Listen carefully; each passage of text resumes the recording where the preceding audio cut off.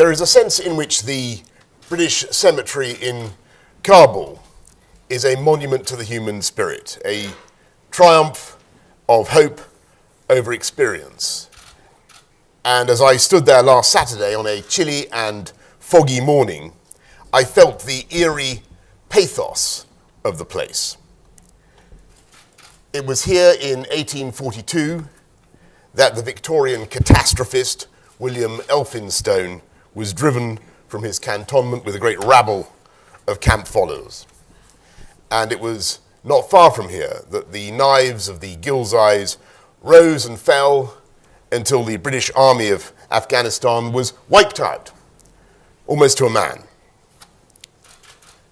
Of Britain's 19th century presence in Kabul, there is now no legacy save this handful of broken gravestones, so defaced that you can hardly read the names of the dead except to see that one man had won a VC. They fell into decrepitude during Afghanistan's civil wars, and then the Taliban came and smashed them up again. And then, almost incredibly, in the 21st century, the Brits came back and repaired the cemetery. And there on the walls are fresh names of the British dead, of the 456 who gave their lives in the last 15 years from every part of the United Kingdom, for the sake not of imperial glory, but in the hope of improving the lives of the people of Afghanistan. And when you look at those names, you imagine the pain of their families today back in Britain and the suffering of the many more who have been badly injured. And you ask yourself, what manner of people are we, the British, that we have come back here to this country, thousands of miles from home, and we keep sending our soldiers to lay down their lives? Why? With 1 in 8 of the people born in this country now living abroad, a bigger diaspora than any other rich nation, you ask yourself, what impulse drives this astonishing globalism, this wanderlust of aid workers and journalists and traders and diplomats and entrepreneurs? Because whatever that feeling is, it isn't xenophobia. And I imagine there are people in this audience, this distinguished audience, today who are wondering whether the next generation of Brits will be possessed of the same drive, the same curiosity, the same willingness to take risks for far-flung people and places, because this is the year in which, as we periodically do, we did something that startled our friends and rivals. We voted to leave the European Union. And ever since that extraordinary vote on June the 23rd, there have been efforts to psychoanalyze the result and to impute bad motives to the British people. And there have been plenty who have been only too quick to draw comparisons with populist movements across the world. And all I will say is that we should not let these glib analogies replace individual analysis.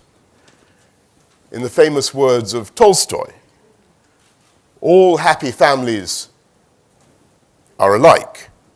Every unhappy family is unhappy in its own way. And discontent can have subtly different well springs.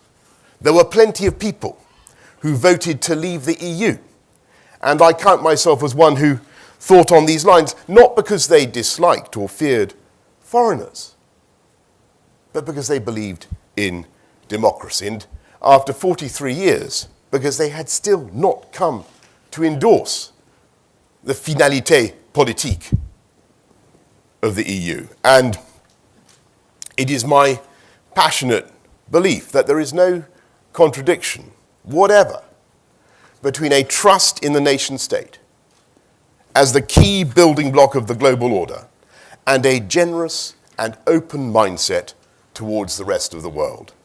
And so my message to all those who are wondering, as Metternich supposedly did on the death of Talleyrand, what we meant by that, is that Brexit emphatically does not mean a Britain that turns in on herself. Yes, a country taking back control of its democratic institutions, but not a nation hauling up the drawbridge or slamming the door. A nation that is now on its mettle, a nation that refuses to be defined by this decision. A country galvanized by new possibilities, and a country that is politically and economically and morally fated to be more outward-looking and more engaged with the world than ever before. And when I speak of global Britain and the need for us to commit ourselves to the peace and prosperity of the world, I know there will be some who are wary that this sounds pretentious in a nation that comprises less than 1% of the world's population. I know there will be cynics who say we can't afford it. I say we can't afford not to. To those who say we are now too small, too weak, too poor to have any influence on the world, I say in the words of Robert Burns, "Oh, would some power the giftie gie us to see ourselves as others see us." Because there are plenty of people who do understand what this country can do and the effect it can have. And you will find them overseas. Indeed, there are probably a lot of British people who would not recognize the image of Britain, of ourselves, as seen through the eyes of others. I would not perhaps go as far as the people of Iran. Many of these, I'm told, are still convinced that we are the old fox manipulating America and Israel in such a way as to be effectively running the world ourselves. A fact unbeknownst to most foreign policy experts. But I have been repeatedly impressed by the way people around the world are looking for a lead from Britain, engagement from Britain. So whether we like it or not, we're not some bit part or spear carrier on the world stage. We are a protagonist, a global Britain running a truly global foreign policy. And my message to you today, and I serve due warning that this is the first in a series of speeches setting out our foreign policy strategy, is that this global approach is in the interests both of Britain and the world.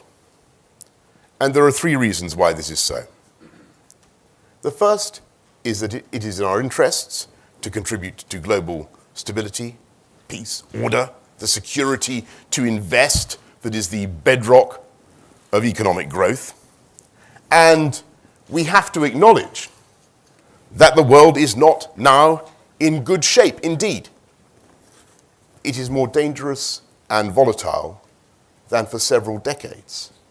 We have the cult of the strong man, we have democracy in retreat, we have an arc of instability across the Middle East, from Iraq to Syria to Libya.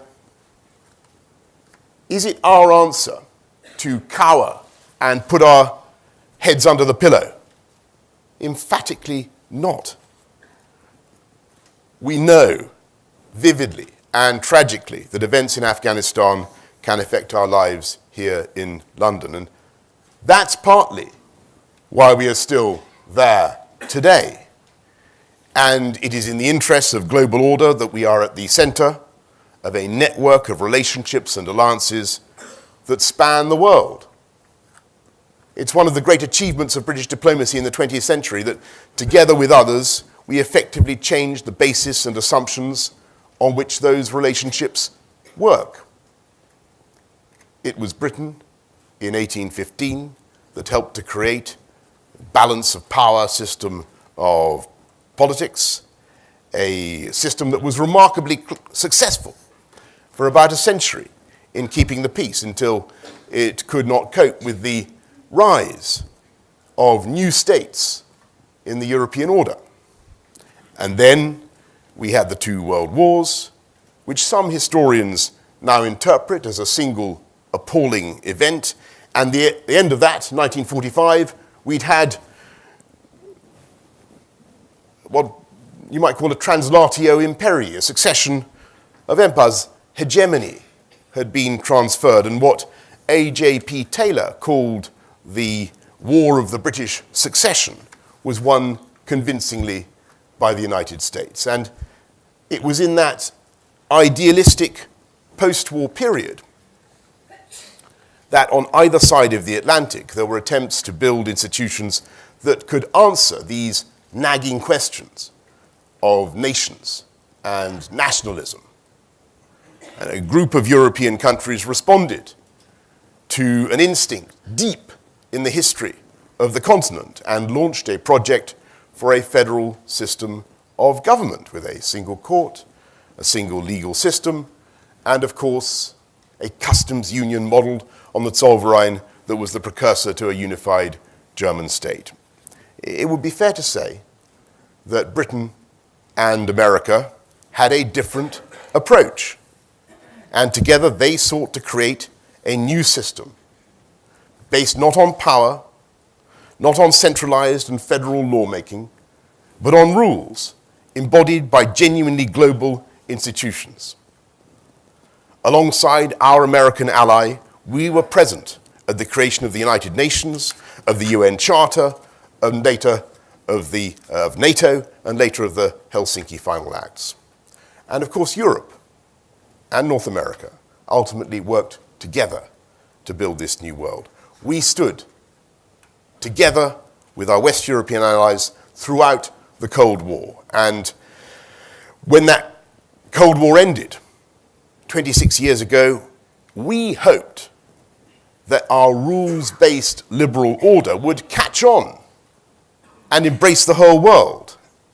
And alas, that vision has not really come to pass. And instead, the great attempt at a post-war liberal settlement is under unprecedented strain. The hard reality is that other nations were not swept along by the euphoria that I remember so well. Many of you remember.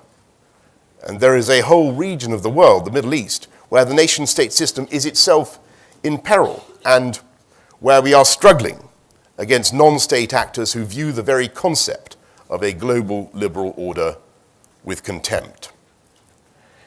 And it is precisely because of the intensity of these challenges that we need to redouble our resolve to defend and preserve the best of the rules-based international order. If we fail, then we risk reverting to an older and more brutal system where the strong are free to bully or devour the weak, where might is always right, and the rules and institutions we have so painstakingly built fade away into irrelevance. We cannot allow this to happen. And so it is right that we stand shoulder to shoulder with America and others in the fight against Daesh. We are the second biggest contributor to the air campaign after the US, and that's why we work ever more intensively with our Five Eyes intelligence partners, the United States, Canada, Australia, and New Zealand, in a network of like-minded democracies that spans the globe.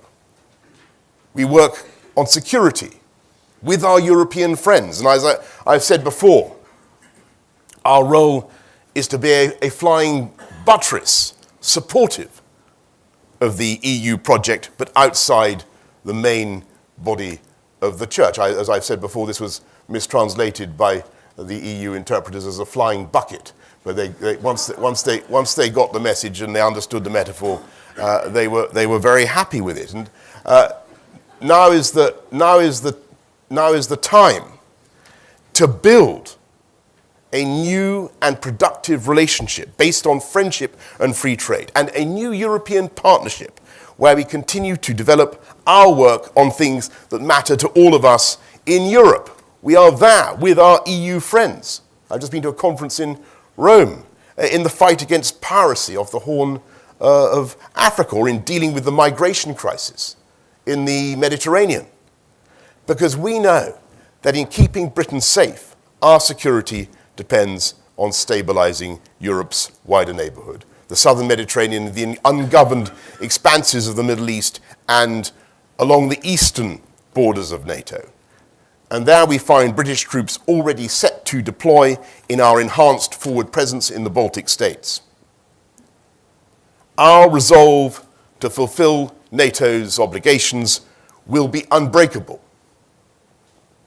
At the heart of this institution, NATO, the most durable and successful defensive alliance in history, lies the security guarantee contained in the North Atlantic Treaty, Article 5. That an attack on any one member shall be considered an attack against them all. And in offering that guarantee, President-elect Donald Trump has a point. It cannot be justified that one NATO ally, America, accounts for about 70% of the alliance's defense spending, while the other 27 countries manage only 30% between them. I want every NATO member to agree to meet the agreed target of spending 2% of GDP on defense and 20% of their defense budget on new equipment. Britain already abides by this target, and I note that NATO's most exposed members, including Estonia and Poland, do so as well. But as Jens Stoltenberg, NATO Secretary General, has pointed out, there is no contradiction between deterrence and dialogue. Britain is prepared to be tough with Russia. But that does not mean it is wrong to talk and to engage.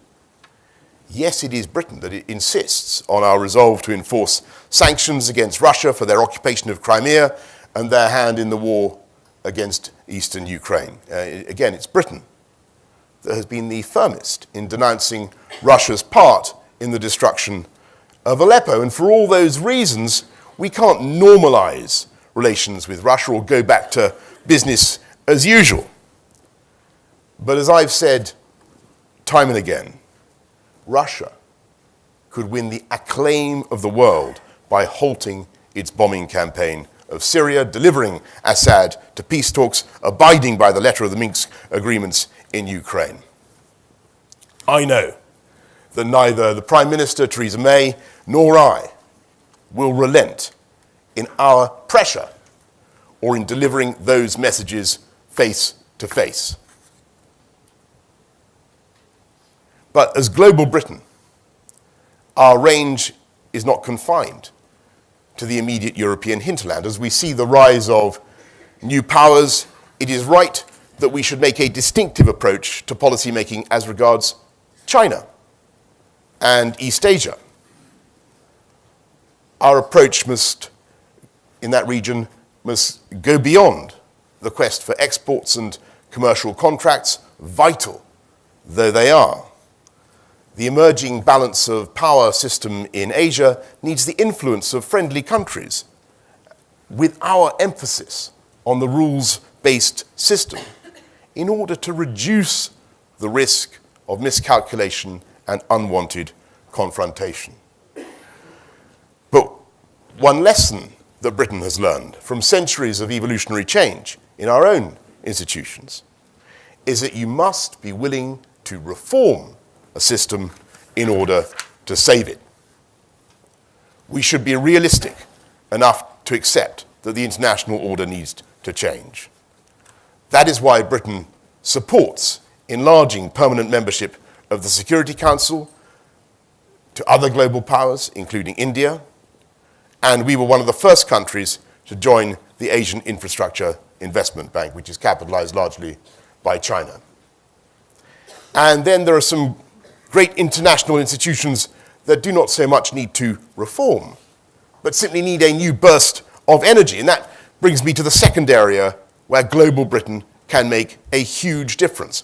Back in that post-war moment, the end of the Second World War, we not only helped to found NATO and the UN, it was J.M. Keynes who was instrumental in bringing to birth the Bretton Woods institutions, the IMF and the World Bank. And next year, we helped to found the General Agreement on Tariffs and Trade, the GATT, which I remember reporting so lovingly many years ago. Now the WTO, that over decades has helped to break down the folly of protectionism and open markets, a benign and transformative process that is not only good for Britain, since our trade amounts to nearly 60% of our GDP, but which is good for the world, lifting billions of people out of poverty in the last 40 years.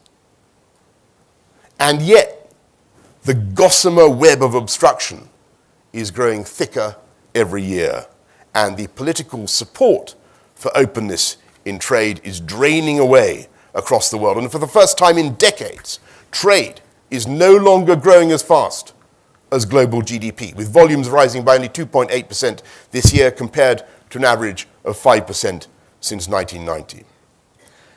And since it is the world's poorest who will suffer most from this atrophy, it is our historic post-Brexit function, as the Prime Minister has said, to be the leading agitators for free trade. Again, confounding those who are willing to misread Brexit by seizing this moment to campaign for openness and open markets across the globe, beginning with some of those dynamic Commonwealth economies that are already queuing up to do free trade deals.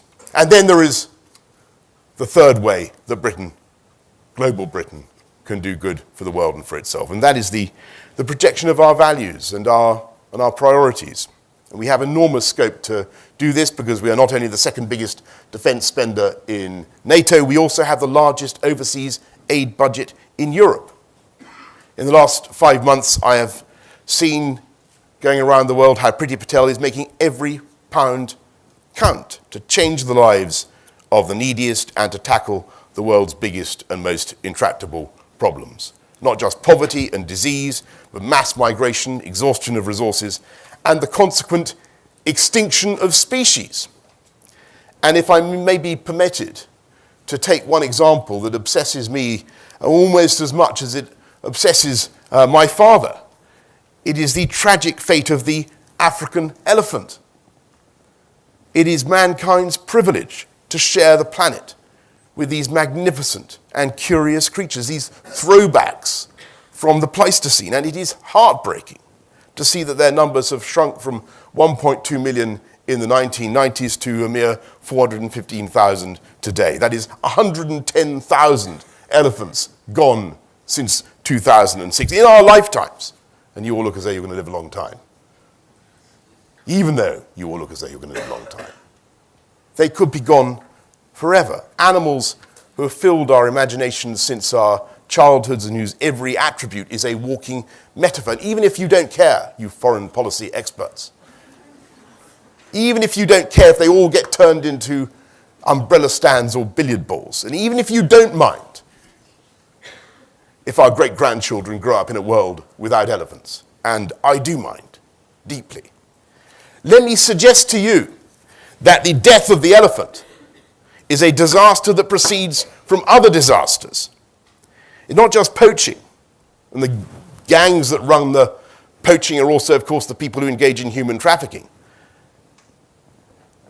but a massive growth in population that means a contest for resources that an elephant is never going to win.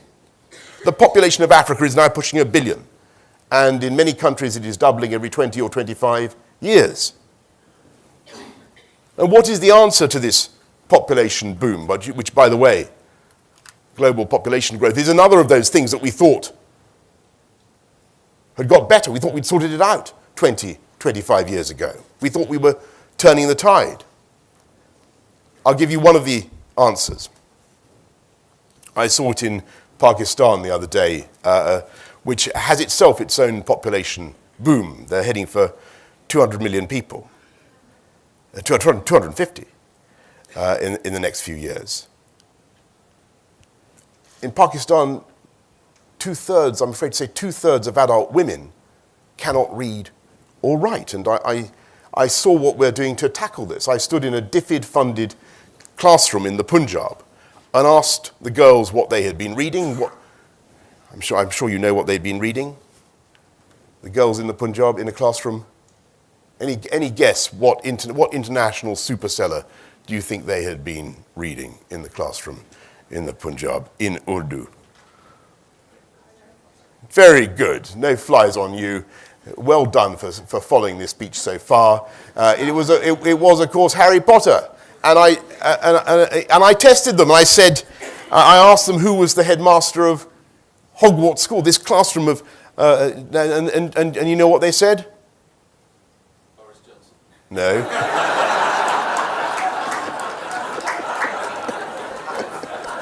Thank you, Sam, for that. They did not. You know what they said? Dumbledore. Of course, it was extraordinary to see. They taught me all sorts of things I didn't know about adenosine triphosphate and many other wonderful things. And it was amazing to see what was going on in that classroom and the way they were responding to the education that we were funding. And of course, I suppose you could make I will make a commercial case for Britain's interest in this. Yes? I mean, the more girls who can read around the world, the more copies of Harry Potter that you can sell. But that isn't why your money, I'm speaking to the Brits in this room, obviously, in this case, British taxpayers' money is being used to teach now 6 million girls in the Punjab. That isn't why we're doing it. It's about giving them a chance to take control of their lives. All the evidence confirms that wherever women are empowered and educated, there are immediate improvements in the prosperity of that society and the stabilization of the birth rate. And with a world now likely to hit 11 billion people by 2050, not 9 billion, as we thought a decade or so ago, but 11 billion people, that British mission to educate young women and girls, to save them from the evil of modern slavery, to uphold our belief in equality wherever we go, is as profoundly in our interests as it is of girls in the developing world. We do not now run an empire, and it is a relief, frankly, to us that we don't, and perhaps to others as well. We are not the greatest military power on earth. We, of course, recognize the limits of what we can achieve on our own, but we should never underestimate the catalytic power of our creativity and the sheer concentration of intellectual resources to be found on this island. Of all the world's kings and queens and presidents and prime ministers, 1 in every 7 was educated in Britain. You get that ratio up, I expect. Reduce it, depending on your... Cambridge University alone has produced more Nobel Prize winners than every university in Russia and China added together, multiplied by 2. And I mean no disrespect to any university in Russia or China, by the way, when I say that. In the words of a Russian spectator at the Olympic opening ceremony, Britain wrote the soundtrack of the world. Britain is not just a link or a bridge between Europe and America. We're not merely the intersecting set of a complex Venn diagram. We have our own distinctive identity and contribution. And of course, like all nations who attempt to project their values overseas, we have our mistakes and our failures. And we should have the wisdom to know our limitations and to face the world with humility. But we should not let that proper sense of realism obscure the extraordinary things that we are capable of doing. And I end the conversation I had with a conversation I had last week in Afghanistan, talking to President Ghani, a highly intelligent guy, a Pashtun, whose forefathers, of course, cut down our troops in the passes in 1842. And I have to admit that he embarrassed me. Not because he railed at the British for the Durand Line or for our colonial misdemeanors. No, he thanked me profusely and repeatedly for the sacrifice of the 456 British troops who have given their lives and whose names I saw on that wall. And he was absolutely categorical that this time, this century, our legacy was positive and lasting. Millions of girls we've helped to teach in Afghanistan, fields that are now irrigated and cleared of mines, and some of the poorest and most isolated villages in the world now with a blessing of electricity thanks to the labour of British troops. And since I felt a little bit nonplussed at being thanked for things I personally had no hand whatever in delivering, I pass on those thanks to this distinguished foreign policy audience today. Britain has not always acquitted itself well in Afghanistan, and we in our generation have rightly found much to reproach in the vaulting jingo of our Victorian ancestors. But in sticking up for a liberal international order in the confusion and discord of the early 21st century, I believe this country is overwhelmingly a force for the good, with the potential to do even more, and we should not be nervous of saying so. Thank you very much.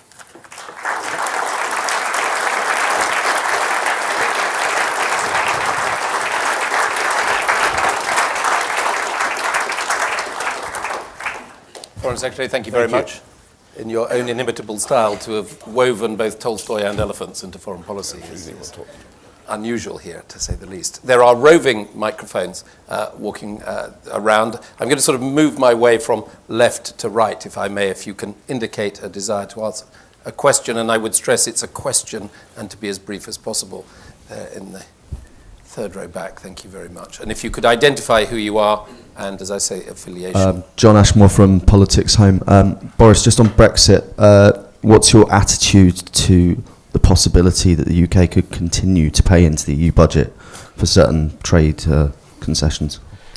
As you will know, John, we have a strict policy of not giving a running commentary on our negotiations, nor will I do so this morning since I'm talking about global Britain, but I think you can take it that we will get the best possible deal in goods and service to the benefit not just of UK business, but of course of our friends and partners on the other side of the channel. Thank you. Patricia. Lewis, Chatham House. Foreign Secretary, you touched on the United Nations. We have a permanent seat on the UN Security Council. And in now leaving the European Union, of course, there'll be no more talk of a single European seat between us and France. So how will we lever this, if you like, newfound power that we might have, this new role in the United Nations? Well, the UN, I believe, is a body that has served the world well, but is in also could do, frankly, with a new surge of energy, as I described, and we intend to be very active and very conspicuous in the UN, and to be using the UN Security Council to try to deliver the results that we want to see. And as you've seen a lot of work by Matthew Rycroft and our team in New York in the last few weeks and months on Syria, on aviation security, on many other subjects where Britain is leading the world, and we see the UN as a great forum for global Britain to do that. I've mentioned our proposals to reform the Security Council. They don't yet command universal support, but there they are. Thank you. So, thank you, Mr. Secretary. What unique characteristics... Sorry, could you introduce... I'm sorry, Robert Gardner, Chatham House. What unique characteristics do you bring to your new job, and which foreign secretary do you admire the most, and why? Well, I hesitate to say what unique characteristics. I remembered this morning as I walked in here that my grandfather used to work at Chatham House. How about that? So you can't say I don't have some. I've managed strategically to litter the world with my ancestors. So I've got them in Chatham House as well. So I suppose that may be some aspect of my formation that is relevant to foreign policy. But on who George Nathaniel Curzon, a most superior person. I think, you know, a guy, I say, I've got to be careful what I say here, but I've just been struck talking to people. I mentioned the warmth of the response that unexpectedly and humbly, in a humbling way you get when you go around there. People genuinely remember when Britain has done something good as well as when we did something terrible. And a lot of previous British Foreign Secretaries have done some great things. Thank you. There's a hand at the back there. Curzon is the answer. George Nathaniel. My cheeks are pink, my hair is sleek. I dine at Blenheim twice a week. Was the conclusion of the rhyme, I think. No, I don't. That was him.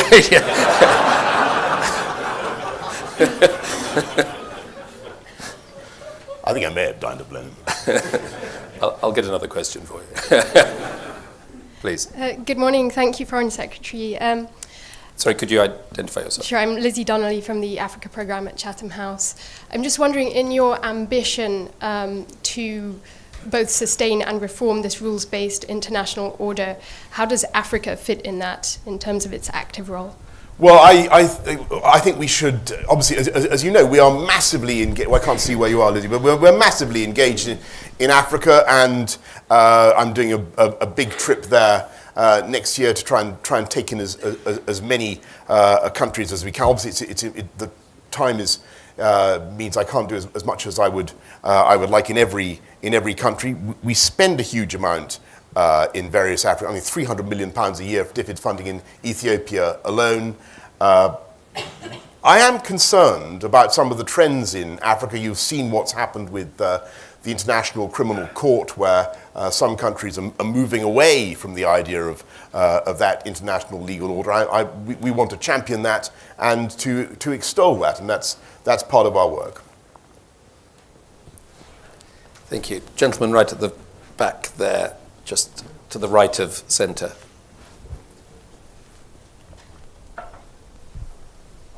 Thank you very much.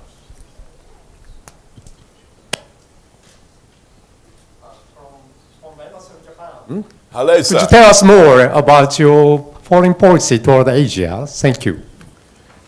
Thank you, sir. Our policy towards Asia is, as I said earlier on, to engage, but not just to see this as an opportunity to build our commercial relations. Huge though they are, growing though they are, and vital though they are.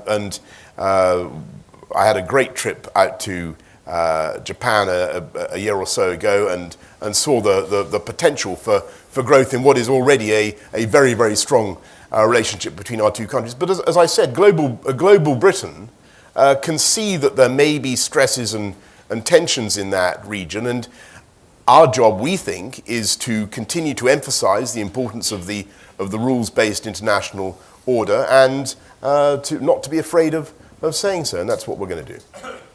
Thank you. So about 3 rows further, and then in. To the lady there, hand up.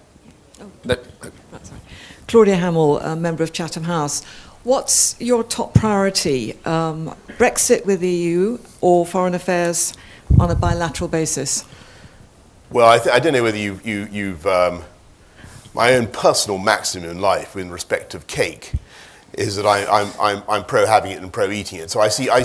Look, I mean, these are two important things that need to be got right. As you know, there's a department for exiting the European Union that's headed up by David Davis. So the negotiations on that are taking place with DEXU. Our job is in the Foreign Office is to engage with our friends and partners across the EU, and to make sure that they understand that each bilateral relationship is going to remain very strong, if not stronger, and also that our relationship with the EU will be, as I said, a very dense, thick, continuous relationship developing in all sorts of ways where we can do work together. And I highlighted some of the things that we want to do, and I explained the metaphor of the flying buttress and so on. So that all, I think, is going well. But I see no need to that in no way impedes our work with the rest of the world, where, as I said,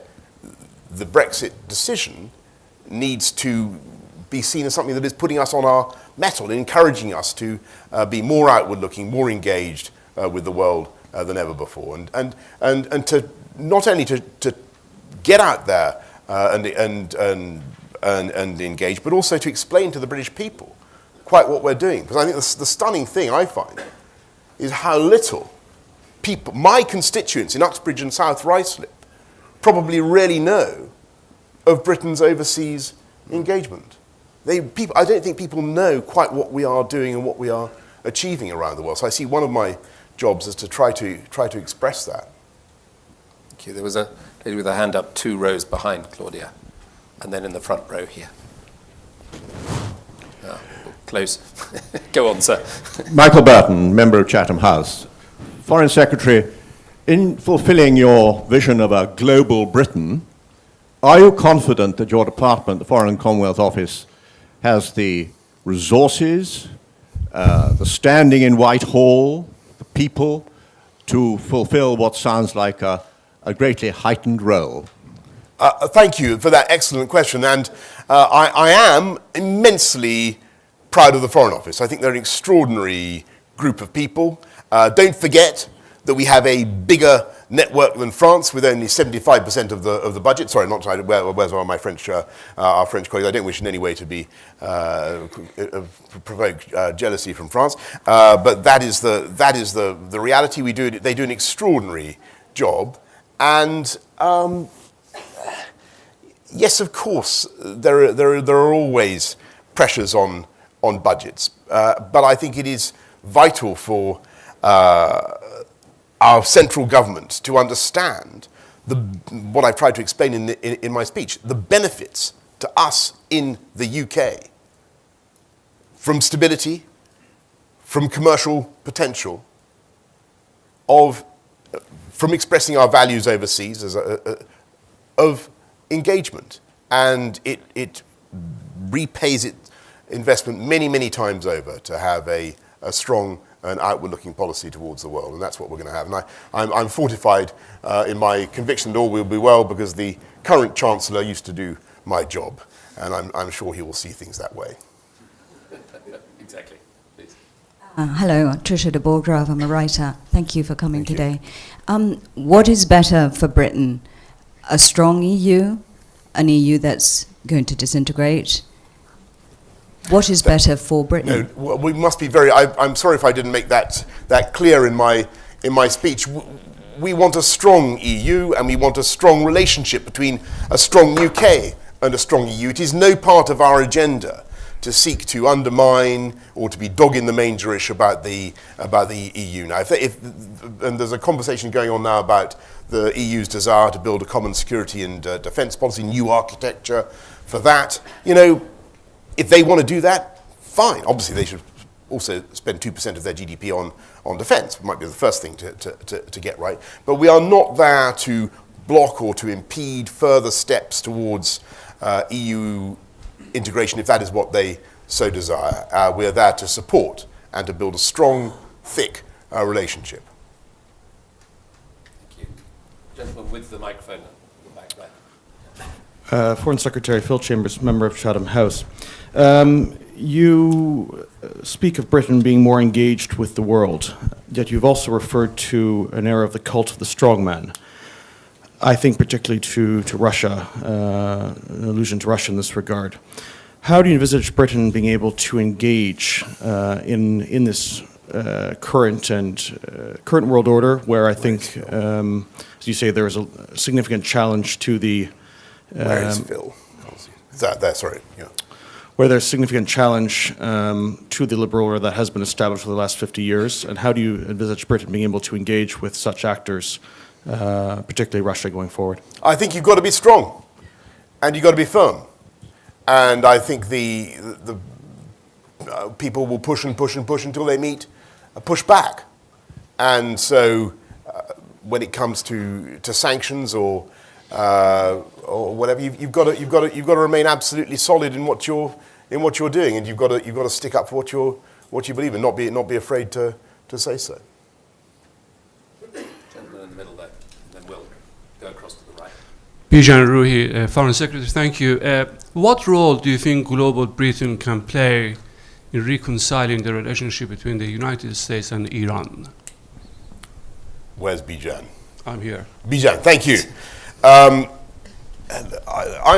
a supporter of the opening to Iran, the JCPOA. I think that's the right way forward, and that's one of the conversations that we'll need to be having with the American administration to see where they are, but also to try and stress some of the positives that have come out of this, the growth in trade that we're seeing between the UK and Iran. It's not as big as we would like, but it's growing. That's a fantastic thing. I spoke a lot about trade in my speech because I really believe that is in so many cases. You look at when the world gets into a bad place, as it did in the 1930s, it's because trade falls away. Trade is now falling away in a way that echoes previous eras. We need to get it moving again, and trade with Iran, I think, is very important in that respect. There's a lady in the front row, if you could. Thank you. Good morning, Foreign Secretary.